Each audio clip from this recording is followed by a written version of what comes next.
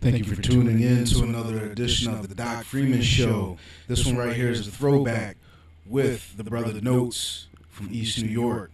And we're going to be talking about his album Watch the View, and especially playing his single No Justice, No Peace. Thank you for staying in tune to the Doc Freeman Show once again, and let's get into it.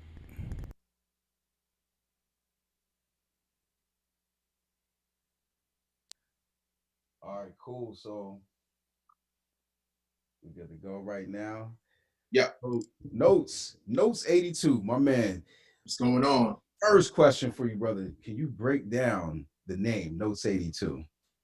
Yes, I love this question, man. I get this question every time. So 82 is basically my birth year, but that's not the reason why I call myself Notes 82. So I just want to put that out there first. So growing up, when I started aspiring to write, I used to walk around, my community with notebooks, whatever you had, paper bags from Key Food. If I can write on it, I would write on it, put it in my pocket and stuff like that. So then it transferred into me actually walking around with notebooks. So my man was like, yo, just call yourself The Notebook. I'm like, nah, I'm not calling myself The Notebook after a movie called The Notebook. It's just not going to go that way. So I went around with notes for a little while. So I'm going to go all the way to about 2000. 2007, 2008, one of those. But it kind of was like I went down south, and I was down there in my 8th year being down south. I decided to start going back to start writing music. So that's where the 8 came from. And then 2 years later, I decided to move back up north with my wife. She got a good job opportunity in Connecticut.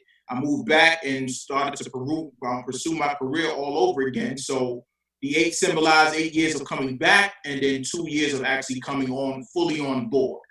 So that's where the 82 came from. And I didn't want to get sued for having my name being Notes and somebody else's name is Notes. If you want to, copyright your name. And basically, I didn't want to put a Z behind my name because I like NOTES instead of NOTEZ. So that's where Notes 82 came from. But it is my birth year. So if people want to take it that way, I'll let you take it that way. But that's the true story behind the 82, behind Notes. That's dope because either way, you still got a good conversation piece behind that. Yes. Love to, what you have in store. Like, man, I want to mention this track so bad right now, man. For No Justice, No Peace. Yes. Man, you know what? You know what feeling that gave me? So we're about the same age. We're about the same age. First time I heard hip hop was overseas, different story. But when I came here, first time that I heard it here was in Jamaica, Queens, and it was Fight the Power. Wow. Gave me the same type of feeling, the same type of energy.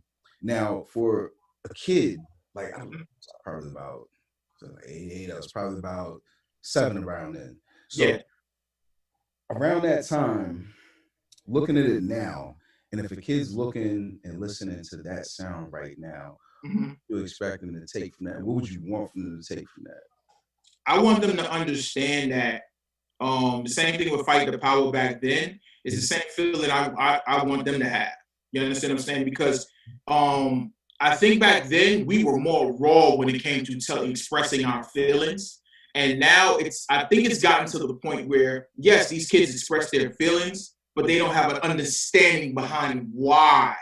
You understand what I'm saying? So for me, it's just more or less about me putting it all on me and saying, I'm sick of it. I'm tired of it. Are you tired of it? You understand what I'm saying? So it's about giving the kids a message and wanting them to understand the system. You have to understand the system in order for you to say, this is what's going wrong in the system. Because if you don't have that information in your mind or see this information or have the facts behind it, I can't make a song called No Justice, No Peace. I have an understanding behind it. And I'm the type of person where I like to stand out and I like to address it. I like to talk about it. And at the end of the day, I never feel the pressure of saying, somebody saying, oh, that's a bad track to do. And say, oh, no, I don't know. I'm all about the moment. I'm all about, hey, I want to address this head on. Yes, we might have stuff going on outside right now, but potentially think about like this. Once this is over, it's going to come right back full circle. They're still going to be treating us wrong. They're still going to be doing things that they're not supposed to be doing. And that's just how the system is. So for me, I just want to give the kids, it's just about educating the kids more. Back then, we got it because they giving it to you. They giving it to you raw. This is what it was, and this is how it is. And now I think some of these kids are spoiled to the fact where we didn't have social media back then. You understand what I'm saying? So now it's kind of to the point you got the truth straight in your face. Now you don't know what to believe because you might put a story out and say, "Hey, somebody got shot." Oh, it was the person that got shot's fault. And the next story might say it was the cop's fault. So understand that back then we got it raw. They gave it to us the way we were supposed to get it. And I think we were more grown at that time. We were more mature back in those days when we were growing up. These kids are sheltered. The internet has sheltered people. And it's like, you don't want to give your kids a bad experience, but I think us going through some bad experiences when we were growing up made us solid. And now it's kind of like that solid number has cut in half, where you had probably 80% of people that we grew up with solid. Nowadays, it's went down to about 30%, where a lot of teens can't handle the pressure. You understand what I'm saying? So that's why I made No Justice, No Peace, was to educate the people and give it to them the way they gave it to me when I was growing up. Yeah. And you know what? Coming from that generation too, and coming from that cloth, one of the cool things about that is, somebody down the street seeing you cutting up, you then too. You get beat in there, you get beat coming home. Not just that's the magic bullet for everything, but it was a different type of zone, different type of thing. Yeah, it was, man. It was. And I appreciate that. That's why growing up, becoming a man and maturing throughout my whole lifespan, right now I feel good about putting a song like this out, because not a lot of people, so many artists are scared to talk about this and address these issues. You know what I'm saying? So for me, it was a risk, yes, but at the end of the day, I was like, no, this is what people need to hear right now. This is what they need to hear. Now, speaking of that too, of course, you were mentioning the times. How you been during this adjustment period, and what are you doing differently? I guess you could say to fill in the gaps, time, just being at home and everything. Man, just loving my family more. I always love my family. That's just me. I'm a family man. I'm married. I got 2 kids. I got one on the way actually in June. So thank you. So for me, it's just more or less about loving them more, educating my children, and let them understand that things like this, it's not the norm. It doesn't happen like this all the time, but at the end of the day, it's more or less about, in this time, it's us to stick together and us to learn some stuff. So for me, I told somebody just the other day, I had a conversation with one of my close friends and said it has changed me as a man, and it has changed me as an artist. And it makes me appreciate life a little bit more. Life a little bit more, because life is so precious, and to see a lot of people go. And I'm a person. I'm not a secretive person. Like for me, I'm a open person. So during this whole thing, I had my aunt had died. So, and she died of COVID. So it was like numb to me. It's numb to me now, and it's just like seeing so many people pass on. It's crazy. But I'm gonna be honest with you. For me, I like to keep it positive. And I tell people sometimes a loss is a lesson sometimes. And not meaning death sometimes, but meaning loss of anything. Like we are losing the battle when it comes to, you don't know what to expect when you walk out of your door. Now with all this stuff going on, you have to be extra careful. So for me, it has made me, I've been a cautious person, but it's made me more cautious to have feelings for people. Like I was taught that since I was small, but more compassion for the entire world. That's how I feel. So, like I tell people, like now you know how God feels. You understand what I'm saying? Now you know how He feels when His people's hurting, and it's kind of to that point where it's like He can do something, but what can we do? It's like we're defenseless out here. But I try to keep positive and tell my people that we're going to make it through this. Not even just my people. I don't even want to be sounding like that, but everybody in the entire world is suffering from this. So if you haven't, your mindset hasn't changed by the time you go outside, but it should be changing right now. So when you go outside again and we're able to function the way we're supposed to be functioning, this planet will be a better place. It definitely will. Yeah, I think so too. I think this is a good time for reflection. On top of that, creativity as well. And not only that, just like learning new ways to build your immune system up. Yes, that's it. That's the key. That's the key right there. Is just building your immune system up, and it's not even that. Remain healthy, people. Yeah. Remain healthy. Like understand that it's kind of like a strike against us because colored people we actually have that stigma of the health issue.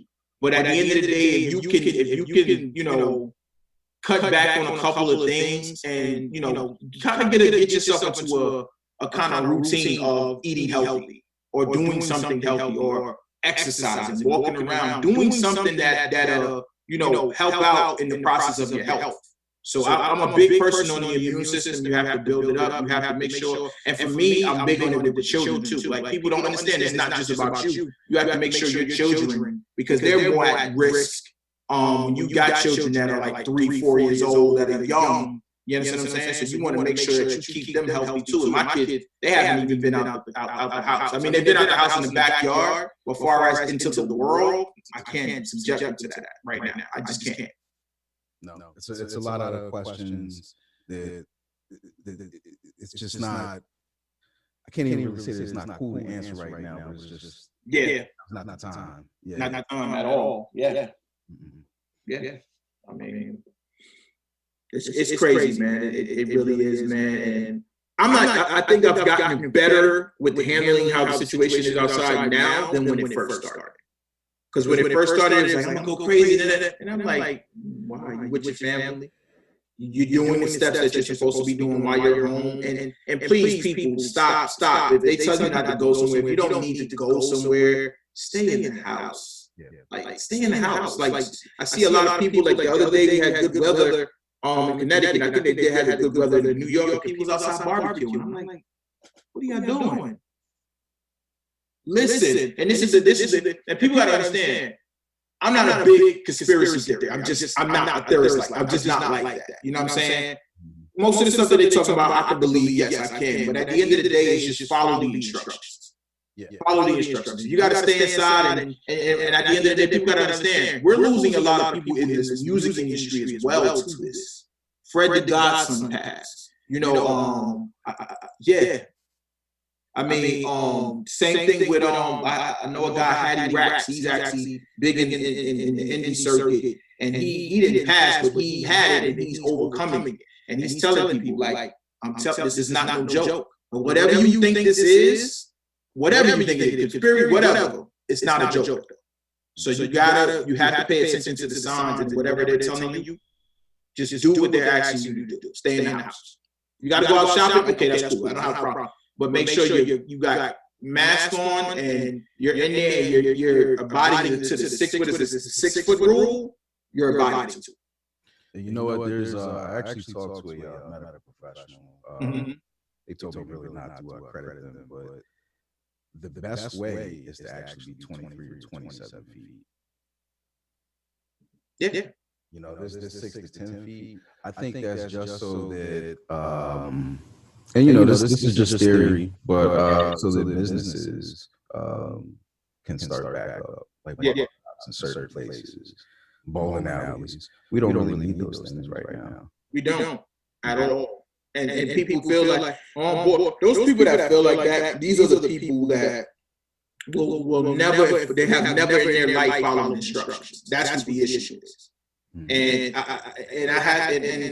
that's bad. That's really bad. I want to live my life. Everybody wants to live their life. Everybody wants to get back to their regular life. But they have to understand we have a virus that's out here that's serious. This virus don't care who it hits. This virus not picky about who they want to hit. Is that virus hits you, you're done. And you may survive it. And thank God for the people that have survived it. But they said they went through purity hell surviving it. So you have to, you have to pay attention. And what you're saying is right. 6 feet probably ain't enough. It probably ain't. So, I mean, at the end of the day, you got to make sure. And you still have people that are not following the rules. I've been to the store with my wife, and I get frustrated because it's like my wife's pregnant. Like, dude, like back up. You're not even giving us 6 feet. You're giving us inches. Like, dude, like come on. So I mean, for me, it's just more or less about just everybody just pay attention to the signs. If they're telling you to stay home, or if you do go out, make sure you're being very precautious with your surroundings and make sure you're paying attention to everything. That's just it for me. Everything. So I during this whole thing, I'm fine. Like I said, I tell people it is. Yes, we're going through something, but I'm still breathing. As long as I'm still breathing, I don't have a worry in the world, because I'm gonna do what I need to do to protect myself and to protect my family, and make sure the people that are around me are good as well too. You know? Yeah. Yes, sir. Yes, sir. We definitely know the. You see, sorry about that, but look, I'm surprised I ain't getting nothing coming around now with my kids, so you good. Trust me. It's like, Machiavelli dropped a new mixtape in here when that comes. Doc McStuffins, man. Yeah, exactly, man. So tell us a little bit more about yourself, man. Like, we need to know that first edition series of one of our superheroes coming out of East New York, man. So when was the first time? When was the first time that you heard hip hop and was like, this is what I need to be doing? I'm gonna say probably 12, 13 years old, maybe a little bit younger. My brother had an older brother, 5 years older than me. He probably didn't want me around anyway, but that's another story. But 5 years and not having nobody around to do the band, I don't think he liked that. But he introduced me to hip hop. And he was a big hip hop fan. So, bringing home the Ready to Die tapes, the Cool G rap stuff, the Rakim, Jay-Z, the tapes, and I mean tapes. Some of these kids might not understand what I'm talking about, but the cassette tapes, and he had a Walkman, Sony Walkman that was yellow. I wasn't able to get one, but when he left the room or went outside to play ball, go right under that mattress and pull it out and sneak a listen to it. He knew I was listening to it, but at the end of the day, I guess he felt like this is a culture thing. You need to pick up on it. You need to understand what this is. And from the first day that I heard it, I fell in love with it. I really did. I fell in love with hip hop, and I think my wife gets a little bit jealous sometimes, but I tell her, little baby, that's just culture. I can't reach out and touch it at night, but at the end of the day, I love hip hop, man. I think hip hop, I'm going to say it saved my life in a way. It really did. It saved my life because it showed me a lot of things through the music. A lot of people say, oh, they went on hip hop, they wanted to do what everybody else was doing. No, I actually was listening to the stuff that people were going through, the stories that they were telling. And it was like, I was the type of person where I knew I wanted to be a writer, I wanted to be a rapper, but I didn't fit that lifestyle of what they were doing on the outside. So for me, it was like a bird's eye view. And there's nothing wrong with bird's eye view. I think rapping about a bird from a bird's eye view sometimes is the best thing for somebody that isn't really in the street.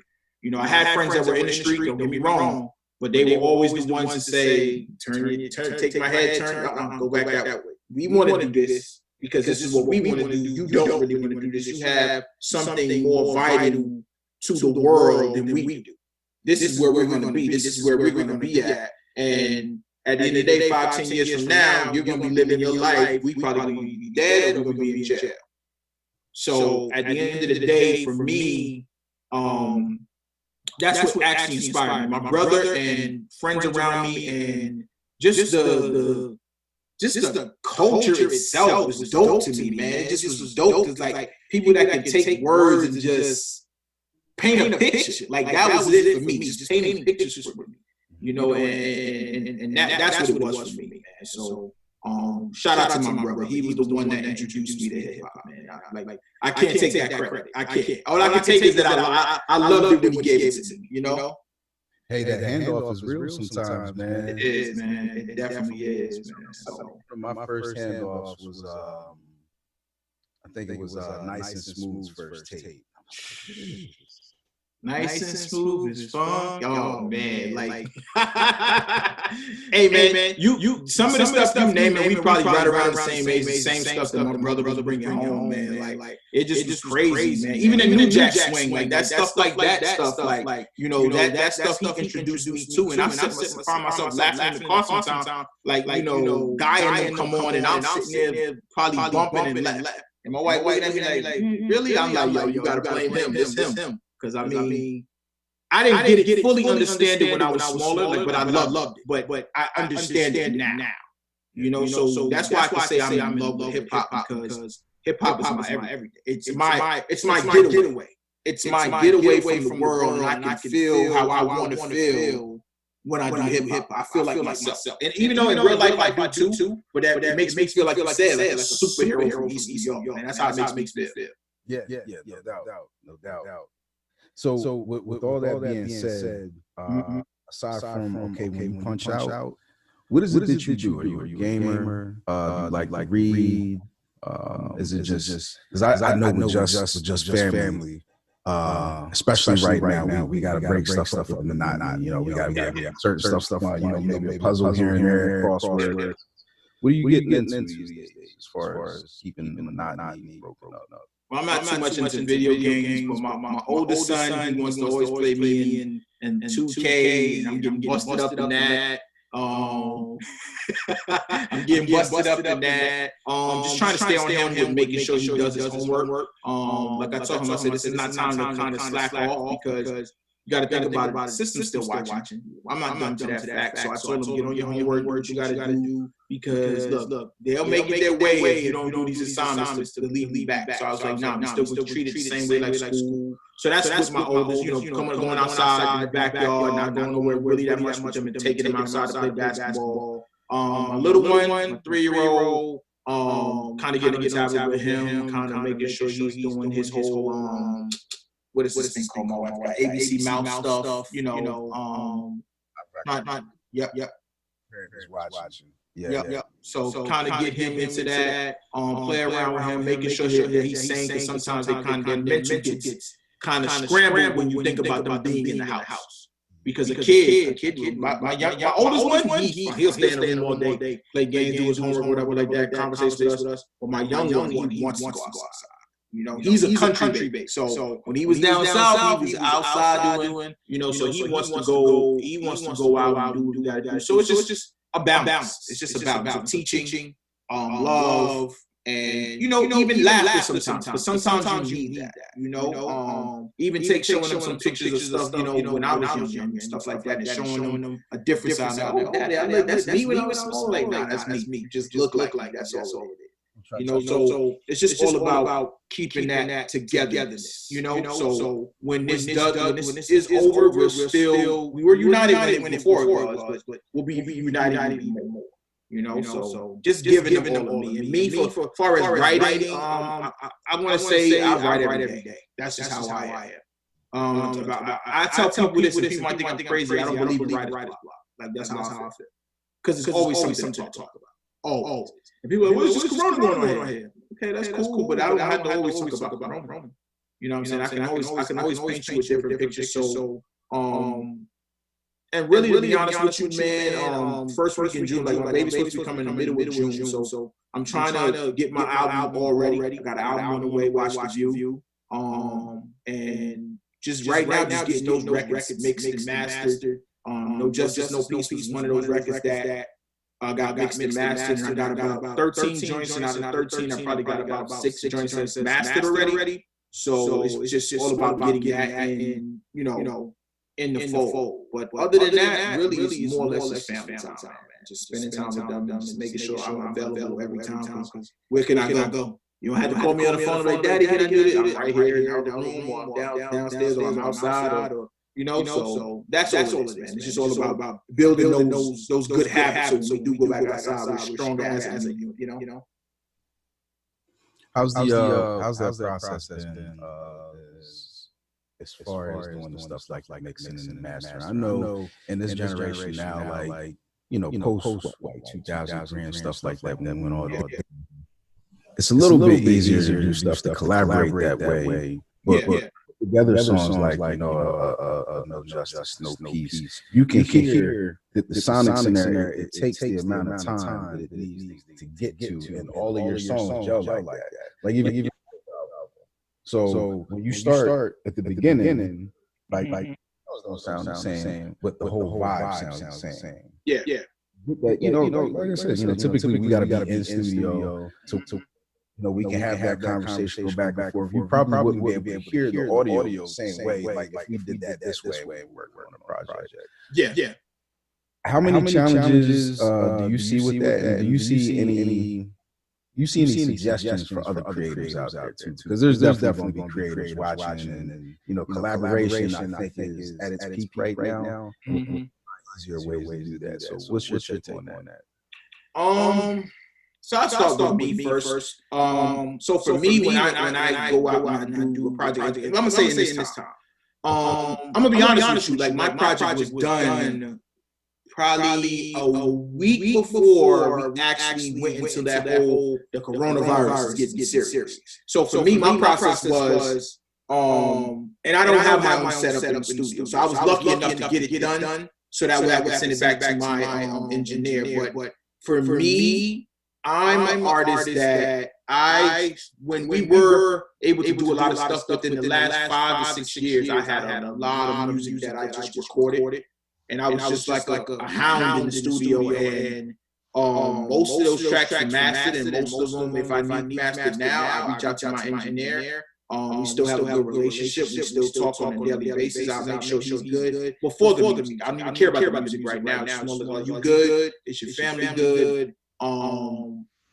But to your point, I would say this. I'm kind of 50-50 with it. Like I wish I had set up in my house where I can actually still stay productive, produce music and whatever like that, or record music. But I wouldn't be the one to, my patience is shot when it comes to this. So for me, it would more or less be passing the record on to him and letting him master it. And my thing is, I built a good relationship with him where I trust what he's doing. Because no justice, no peace, that will him. That's the key. That trust. And yeah. You know what? If I hand you this envelope, I know you're going to send it to the right place. Exactly. So that was all him, man. And at the end of the day, any record that comes out of Watch the View, my album, it's all him. I trust anything that he does. I might have my 2 cents here and there, but yeah, man. It's all him. It's all him with the production and stuff like that. And I think King Sage has been around for almost 30 years, man. So I trust that. He's a fossil, and what I like about fossils, they grew up in the golden era that I grew up in too. So I trust the fact that his ear, and if they don't like it, they don't like it. If they like it, you're gonna get a record like No Justice, No Peace. You're gonna get a good sounding record. Because people think it's all about the artist when he records. Not really, it is. I can record all day. But if it has trash behind it, as far as production and far as the engineer fixing it up, you're not gonna really make a statement. So No Justice, No Peace was a statement. That was a statement song for me, because I felt like nobody was actually doing things like that. Now the song was written when I went to the studio, but it's just like having that person that you said that you could reach out to, say what you think right here. He's like, look, just go on the booth, let's freestyle it, let's see what you can do. When I thought about it, I went back to Nas' song that he had with Carrie Hilson. I forgot the name of the song. What was the name of the song? And at the beginning, he's like, where y'all at?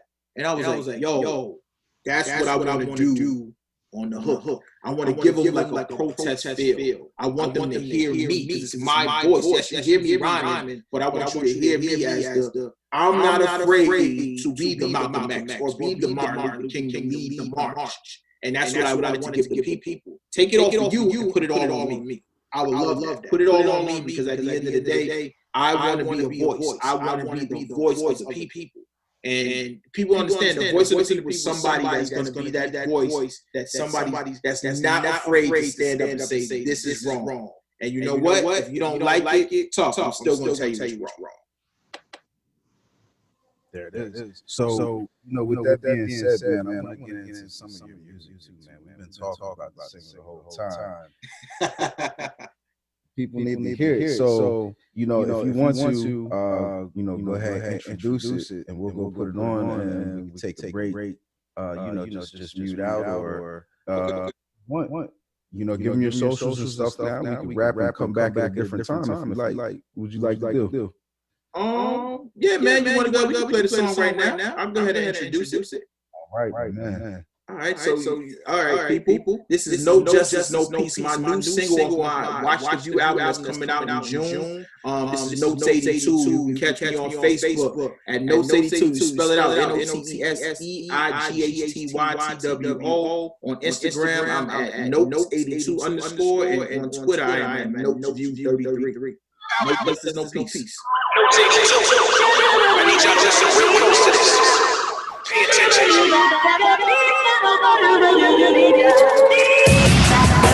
They'll never catch me slipping. Hands in the air, these cops really on a mission. Cams on the back, don't give a fuck about your feelings. Stand your ground, all you see that shit is meant to kill us. Power to the people who slinging in no kitchen. Words from my soul, I got an illmatic vision. Big had a dream, pop really caught attention. Time to give it up, you see, you know it's still different. Frank plotting just to see I had to make decisions.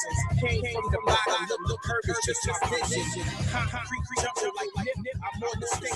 Give people truth in their so pieces. Time to give it up, I see that it's more contagious. Really not concerned cause your mind is more vacant. Lies being told like you still segregated. My give it up vibe, no, somebody take it. Where y'all at? Stand the fuck up. We about to ride out here. They doing us out here. What you gonna do about it? You gonna stand up? Reality hits you with something about political issues. Creating the digits. Or leave you on your block with this business.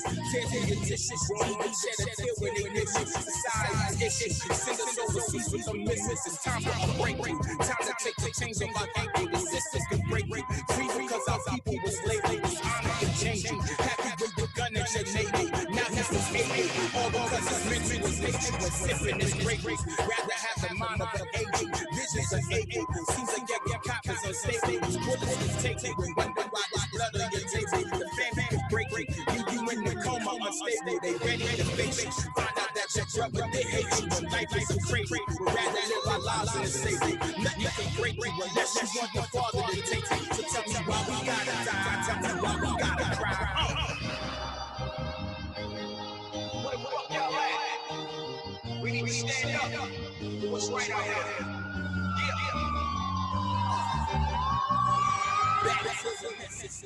My message, my plan. Bring the streets together, one mission, one stand. I'm really from the ghetto, but a one-man band. I'm all about the struggle, but it's time to give it back. Time to give you truth. Time to give you real. Black Hill Ave, out with Nico, where's your suit? Cause niggas got a dream, but they scared to get the loot. Brothers taking hard, but they never read the book. Youngers getting high, but that medicine is push. Time to get a job, no excuses, you should look. Your life is like a movie at the end of the look. You shook, then look, defeat your face. The world is full of dreams, opportunities, and all. Brothers screaming progress, must be focused on the fall. You're wrong. I see our futures actually strong. I finally see a change, now just listen to this song. Yeah. I just want to tell my people out there, man, we are done wrong on a daily basis. And you know what? It's time to stand up and do something about it. It's got people down in the streets. I'm covered. And you know what? I don't like it. You shouldn't like it either. So we gonna stand up. We gonna ride out here until every day is done the way it's supposed to be. No taking so. New York City is under the management. Yes, sir. That was Notes 82 with No Justice, No Peace. Yo, again, thank you for that. Thank you. Yeah, appreciate it, man. You're welcome, man. So this is something that I do when I hear songs like this, and I want to get everybody out there to do that. Attitude, like it, subscribe to it. You know, even buy it. Yeah, man. I mean, you're right. And that's where we're at these days. Because it's definitely not the same. And to get a message out there like that, of course, everybody's not going to join hands the same type of way. Right now is the best time to start. Even if we're older, there's more ways and everything else. Yeah. Testament to people coming together, and something that should be passed along. And with that being said, do you want to share your social media spaces, your website, things like that, so people can connect with you on the regular? Yeah.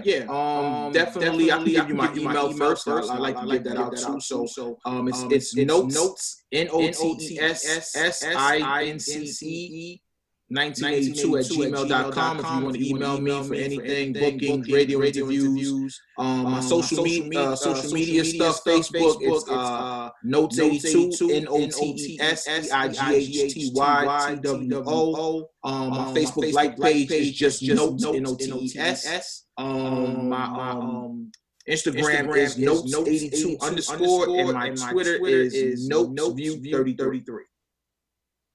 All right, there it is. So from here on, brother, I want to wish you, a great day, great rest of your days, and just stay positive, man. Keep putting stuff like this out, man. Yeah, definitely. I'm definitely gonna keep pushing songs like this. You're gonna get a totally different vibe and sound from Notes 82 this year, and it's that vibe of I'm gonna give you what the world needs to hear, and that's my thing. So I'm not gonna stop being the artist that I am. I'm gonna keep pushing, and sooner or later we'll be back outside, and I'm gonna push it even more when I get back outside. So I appreciate you, though, brother, for having me on this platform. And definitely, all artists should appreciate coming on this platform. You reach out. I feel good when somebody reaches out and they actually want to have me on their platform to talk to speak my truth and speak my message. So salute to you, man, and everything that you got going on, and you stay positive, and same thing through this whole thing that we got going on. Just keep your family close to you, man. Keep them real close to you, man. And we'll get past it, definitely. But salute to you. Hey, most definitely, man. We'll talk until TDFS presents with Notes 82. We'll see y'all on the other side. All right, man. Peace. Yeah.